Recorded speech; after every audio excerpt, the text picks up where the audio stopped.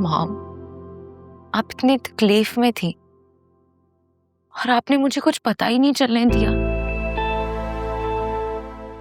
सारे टेस्ट खुद करवाए, डॉक्टर्स के साथ मीटिंग खुद की। कितनी बुरी हूं मॉम, एक घर में रहते हुए भी मुझे कैसे कुछ पता नहीं चल सका। क्या बता दी तुम्हें?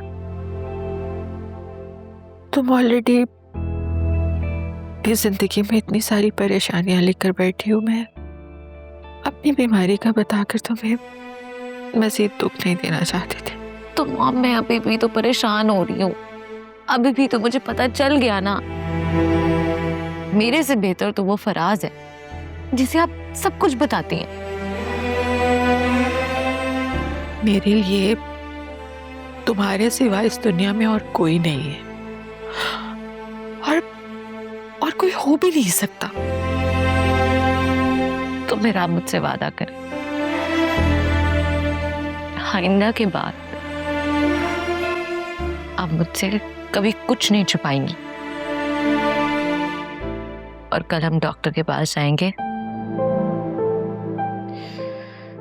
हाँ, आपकी कीमोथेरेपी स्टार्ट करवाएंगे।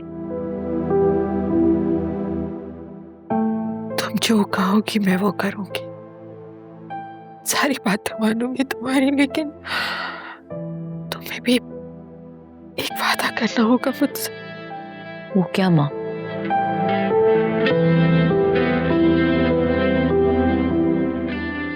मैं चाहती हूँ कि तुम अपनी जिंदगी में सेटल हो जाओ, शादी कर लो। तुम्हें खुश देखूंगी तो सुकून से मर सकूंगी, वरना मरने के बाद भी बेचैन रहूंगी। तुम्हारी फिक्र मुझे सताती रहेगी। मॉम, आपको क्या लगता है मैं शादी नहीं करना चाहती? मैं शादी करूंगी, बस प्लीज मुझे थोड़ा सा टाइम दे दे। मैं चाहती हूँ कि तुम ये फैसला मेरी जिंदगी में कर लो, और तुम उस वास्ते के बारे में सोचना छोड़ दो। ये मेरे बस में नहीं है। मैं वासे को छोड़कर आगे बहुत पछताई हूँ, और अब उसको छोड़ना मेरे बस में नहीं है। अरसलान ने भी तो अपनी मोहब्बत को मेरे ऊपर चूज किया।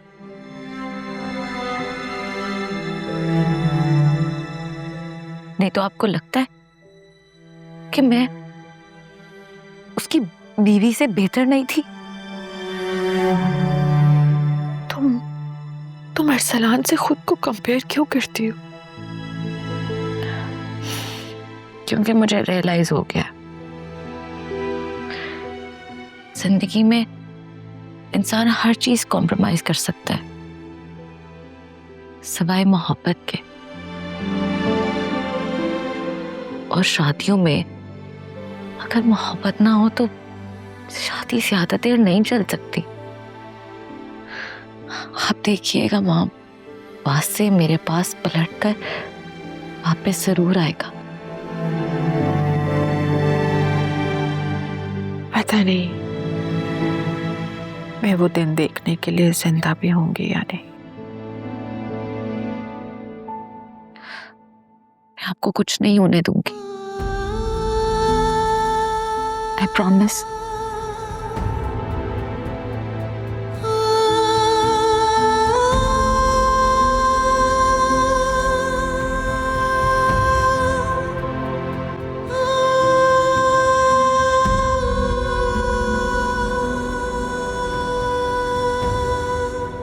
कब तक अपनी मोटी अकल का शौक मनाओगी?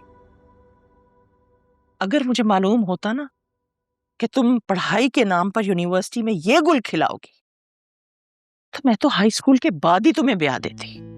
किसी को पसंद करना कोई जुर्म नहीं है। लेकिन किसी बुज़दिल मर्द को पसंद करना औरत की जिंदगी का सबसे बड़ा जुर्म होता है, और ये नासूर बनकर सारी उम्र उसे सताता रहता है। उठो उठो, जरा आईने में जाके अपनी शक्ल तो देखो। अरे बेवकूफ, वो फ्रैंकफर्ट और बर्लिन में अपने दोस्तों के साथ पार्टियां कर रहा होगा, और तुम यहाँ हाल से बेहाल हुई घूम रही हो। अब तो तुम्हारे बाप और भाइयों ने भी नोट करना शुरू कर दिया है। शुक्र करो कि तुम्हारी भाभी यहाँ नहीं, वरना उसने तो ताने दे देकर मेरा जीना ही हराम कर देना था। वो कॉल पे आपसे और पापा से बात करना चाहता है। क्यों? हमारे रिश्ते की। उसकी माँ बहनें मर गई हैं क्या, जो वो उसका रिश्ता लेकर नहीं आ सकती? वो मजबूर है।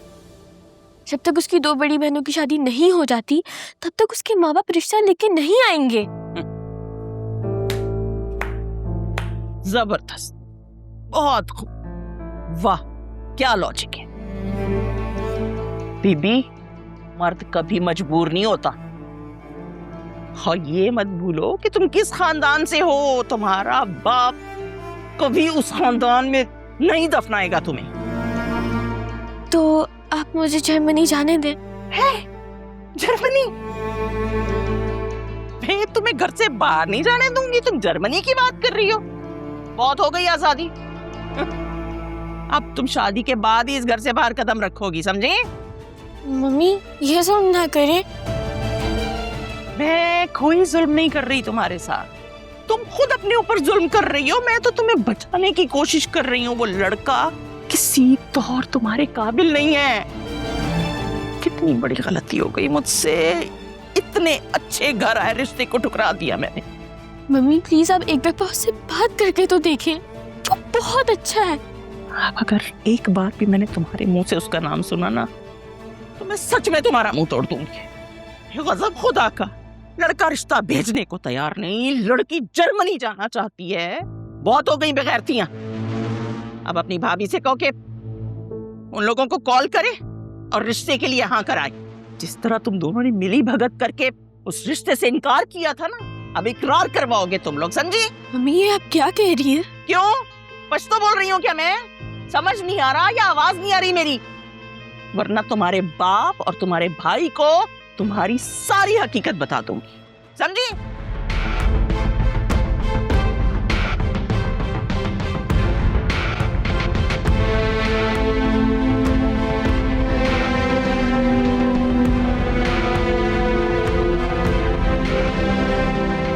अल्लाह सबकी बच्चियों को खुश रखे। आमीन। ये किसके खिलाफ साजिशें हो रही हैं? तुम्हारे खिलाफ। क्या मतलब? बेटा अब तुम शादी की फिक्र करो, बहुत हो गई पढ़ाई।